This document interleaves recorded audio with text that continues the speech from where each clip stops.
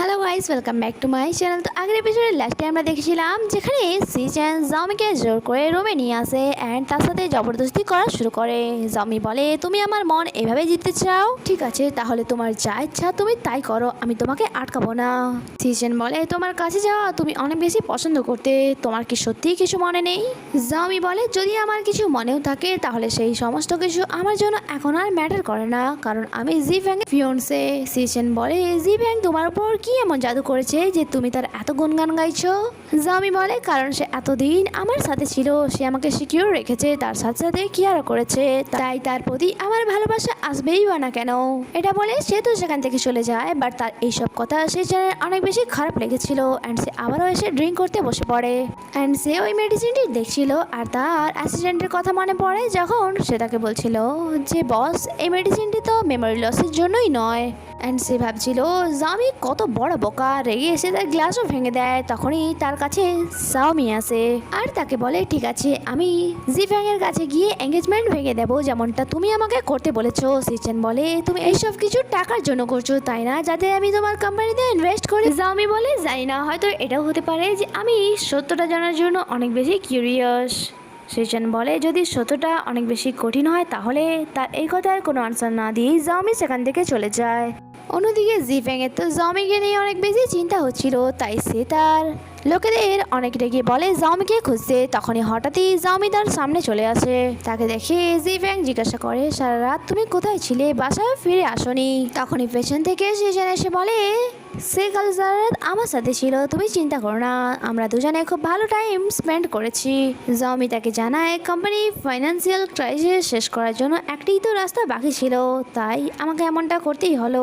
সিচেন বলে, ও ফিয়ার, তুমি এত টাইম কেন নষ্ট করছো? তাকে বলে দাও যে তুমি তার সাথে এঙ্গেজমেন্ট ভাঙতে চাও অ্যান্ড সে এমনটাই করে অ্যান্ড এঙ্গেজমেন্ট রিং খুলে তার সামনে রেখে দেয়। সিচেন বলে, ওকে, এবার বলো যে তুমি তাকে কখনোই ভালোবাসোনি।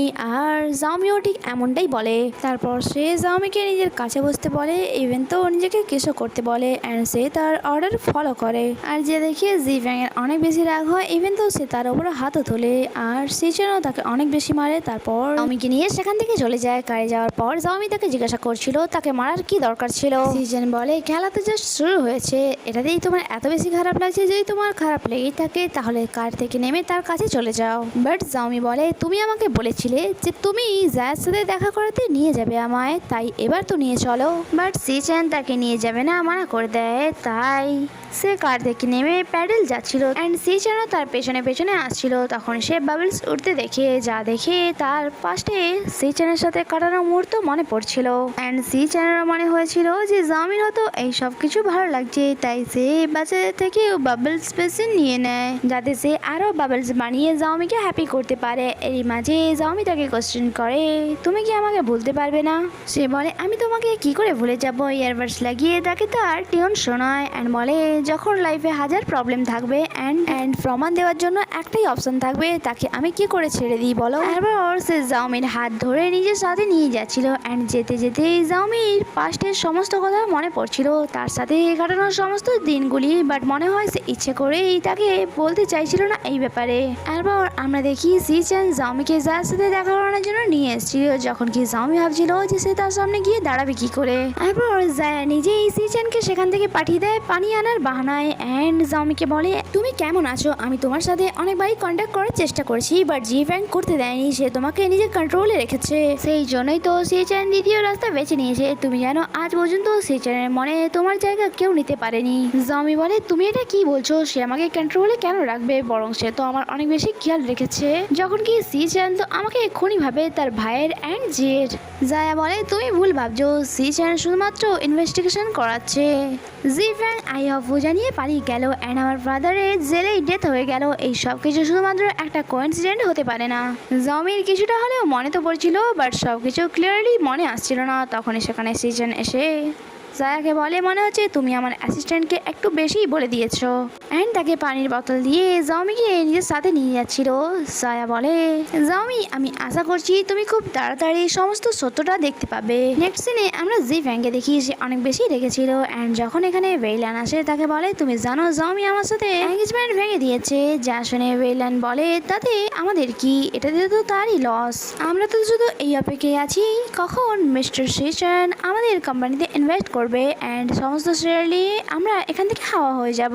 জি ফ্যাংকে তো দেখে মনে হচ্ছিল না যে সে তার সাথে লয়াল, বাট মজার ব্যাপার তো এটাই যে এই সমস্ত কিছু সিচান সিসিটিভি ক্যামেরা দ্বারা দেখছিল।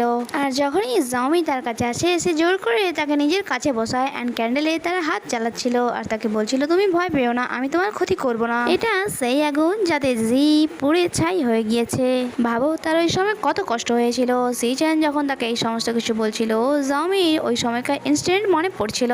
ইভেন তো সে বমের কাউন্টডাউনও শুনতে পাচ্ছিল অ্যান্ড সে এখানে চেঁচিয়ে ওঠে আর বলে আমি তাকে বলেছিলাম যে তাদেরকে বাঁচিয়ে নাও, বাট সে আমার কোনো কথাই শোনেনি। সিচান বলে কাকে বলেছিলে?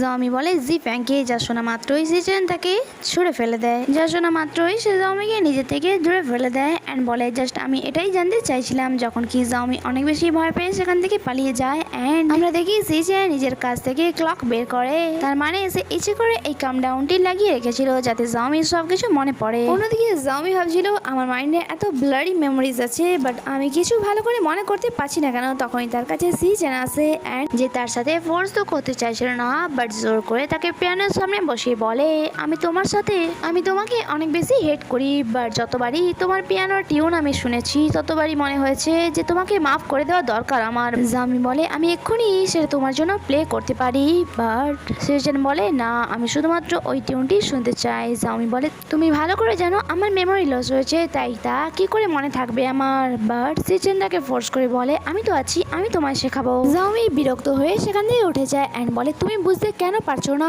আমাদের মধ্যে আর এখন কিছুই হতে পারে না। বাট সিচান বলে আমি তো আবারও সবকিছু চাই অ্যান্ড সে তাকে ফোর্সফুলি কিস করা শুরু করে।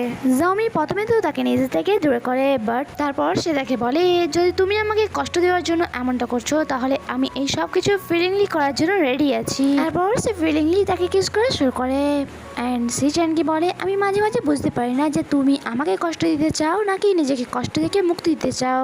যা শুনে সিচান তার গলা চেপে ধরে অ্যান্ড বলে এখন শুধুমাত্র তুমি আমার জন্য একটা টুল যে কষ্ট পেলে আমার অনেক বেশি ভালো লাগে। সে তার জন্য জি ফ্যাং অ্যান্ড ওয়েইলানের ভিডিও চালিয়ে সেখান থেকে চলে যায় আর যার দ্বারা জাওমিও জানতে পেরে যায় তাদের অ্যাফেয়ারের ব্যাপারে। আর এখানে এই এপিসোডটি শেষ হয়। আগে কি হয় তা জানতে স্টে কানেক্টেড। Bye bye.